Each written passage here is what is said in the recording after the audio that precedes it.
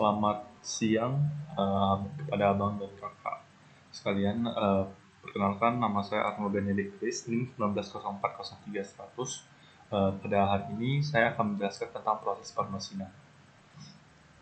Nah, pada proses permesinan ini seperti yang telah tertera pada lampiran sebelumnya itu saya akan membahas tentang outline-nya, yaitu ada proses bubut. Itu dalam proses bubut itu ada prinsip kerja pembubutan, lalu ada komponen pada mesin, pembubutan dan fungsi, lalu ada proses pengerjaan part ragum. Itu yang pada proses bubut. Pada proses scrap terdapat prinsip kerja scrap, komponen pada mesin scrap dan fungsinya, proses pengerjaan part ragumnya. Nah, lalu ada kerja bangku, yaitu prinsip kerja drilling dan kerja bangku, lalu ada macam-macam kerja bangku dan fungsinya, lalu ada proses pengerjaan part ragum. Nah, yang pertama prinsip kerja bubut. Nah, mesin bubut ini memiliki fungsi utama, yaitu memegang dan memutar benda kerja untuk melakukan operasi permesinan. Kegunaan mesin bubut ini adalah biasanya untuk menghasilkan benda-benda putar, membuat kulir, pengelasan atau pengeboran, dan meratakan permukaan benda putar pastinya, dan pembuatan tirus gitu. Nah, proses pembuatan ini adalah salah satu proses pemesinan yang menggunakan alat pahat dengan satu mata potong untuk membuat material dari penggunaan benda kerja yang berputar. Nah, pahat ini bergerak pada arah linear sejajar dengan sumbu putar benda kerja. Dengan mekanisme kerja seperti ini, maka proses bubung memiliki kekhususan untuk membuat benda kerja yang berbentuk silinder. Nah, benda kerja jadi atau bisa kita simpulkan terdapat dua itu yang prinsip kerja bubut yang secara mendasar, yaitu yang pertama, benda kerja itu diputar secara rotasi pada sumbu utama mesin. Yang kedua, gerak penyayatannya itu dilakukan oleh ujung pahat sebagai alat potongnya. Nah, komponen pada mesin bubut dan fungsinya. Nah, itu ada headstock, dapat dilihat dari gambar. Itu ada headstock, spindle, weight, tool post, crossslide, carriage, center, tailstock, dan lain-lain ya. Nah, untuk spindle adalah itu fungsinya itu untuk bagian yang terpasang pada headstock untuk memutar cak. Cak itu adalah pencetkan benda kerjanya. Lalu ada headstock. Nah, headstock ini berisi transmisi penggerak benda. Stock itu bagian yang berfungsi untuk mengatur titik pusatnya. Carriage atau biasa disebut dengan sadel, itu untuk menghadirkan cutting tool, bergerak sepanjang mesin bubut saat operasi pembubutan berlangsung.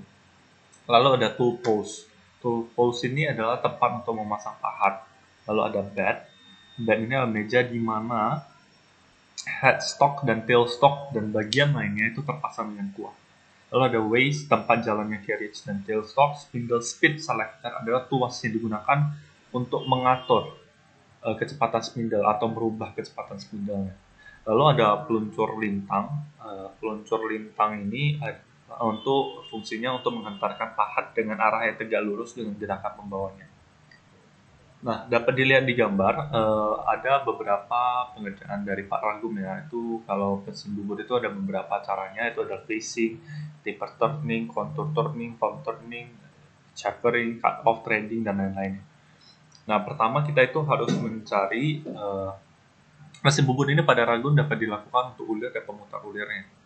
Nah, jadi pertama kita harus cari ambil bubut bahan dasarnya dulu untuk batang ulir kiri sesuai dengan ukuran. Jadi itu lalu bubut bahan dasar untuk pemutar Ragun membubut batang ulir kiri sesuai dengan spesifikasi dan finishing.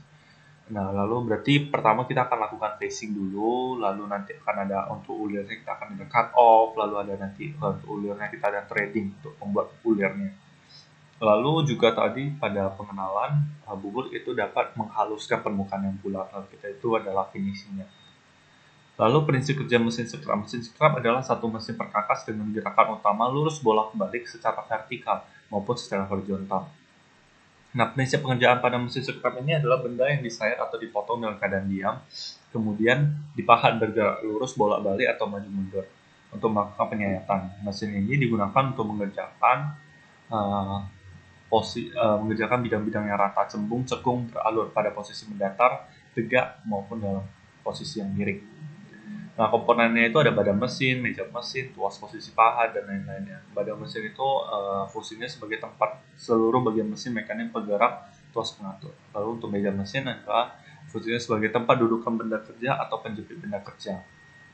Nah, kalau lengan atau ram itu fungsinya untuk menggerakkan pahat maju dan mundur. Kalau eretan pahat itu untuk mengatur ketebalan pemakanan pahatnya. Jadi seberapa tebal kita harus kerak dia. Lalu ada pengatur kecepatan, itu fungsinya untuk mengatur atau memilih jumlah langkah lengan mesin per menit. Lalu ada tuas panjang langkah, itu fungsinya untuk mengatur panjang pendeknya langkah pahat atau lengan. Lalu ada tuas posisi pahat, itu mengukur kedudukan pahat terhadap benda kerja, dan tuas pengatur gerakan otomatis. Meja melintang itu gunanya untuk menyetrap secara otomatis, yang dimana pada saat melakukan ini itu dibutuhkan pengaturan panjang. Nah, proses pengerjaan Pak Ragumnya dapat dilihat di gambar, itu ada pencekaman benda kerja persegi yang tidak rata, sumbu, dan atau segmennya, sektoral. Jadi pertama itu pencekaman benda kerja, lalu pengklaiman benda kerja, pencekaman alat potong, lengan digerak, lalu lengannya itu, maksudnya lalu sekratnya itu dioperasikan. Dengan lengannya itu digerakkan dengan cara memutar roda pemeriksa, lalu menentukan banyak langkah per menit motor mesin, lalu melakukan feeding dari meja.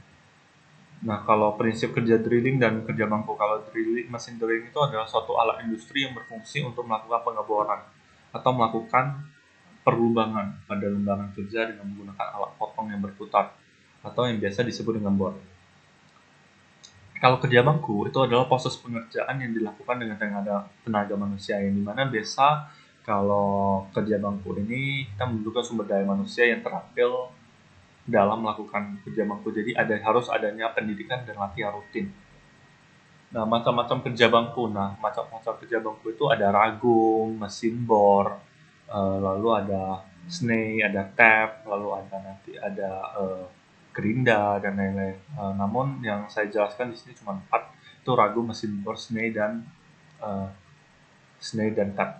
Nah, kalau ragum itu adalah menjepit benda kerja yang akan dikikir. Itu fungsinya untuk menjepit benda kerja. Nah, kalau mesin bor drilling itu untuk mengebor atau membuat lubang pada benda kerja seperti plat aluminium, besi, dan lain sebagainya.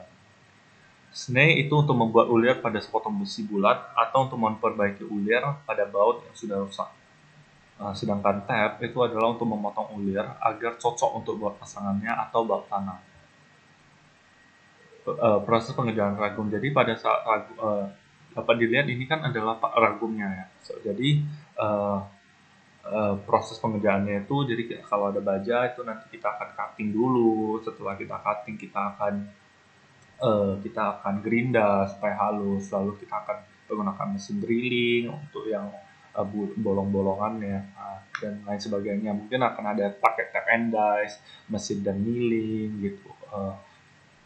Gitu. Jadi berikut adalah presentasi saya tentang proses permesinan. Terima kasih.